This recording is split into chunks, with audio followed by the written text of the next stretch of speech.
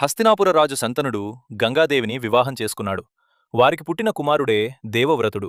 గంగాదేవి దేవవ్రతునికి శాస్త్రాలు, యుద్ధవిద్యలు, ధర్మం అన్నీ నేర్పించింది. కాలం గడిచింది. దేవవ్రతుడు ధైర్యంలో, జ్ఞానంలో, పరాక్రమంలో అపారుడిగా ఎదిగాడు. అందరూ అతడినే హస్తినాపుర భవిష్యత్తు రాజుగా భావించారు. ఒకరోజు యమునానది తీరంలో పడవ నడుపుతున్న సత్యవతిని చూసిన శంతనుడు ఆమెపై ప్రేమలో పడ్డాడు. ఆమెను వివాహం చేసుకోవాలని సత్యవతి తండ్రిని కోరాడు. కాని సత్యవతి తండ్రి ఒక షరతు పెట్టాడు. నా కుమార్తెకు పుట్టే కుమారుడే హస్తినాపుర రాజు కావాలి. ఆ మాట విన్న శంతనుడు లోలోపల బాధతో నిండిపోయాడు. ఎందుకంటే దేవవ్రతుడు ఇప్పటికే యువరాజు.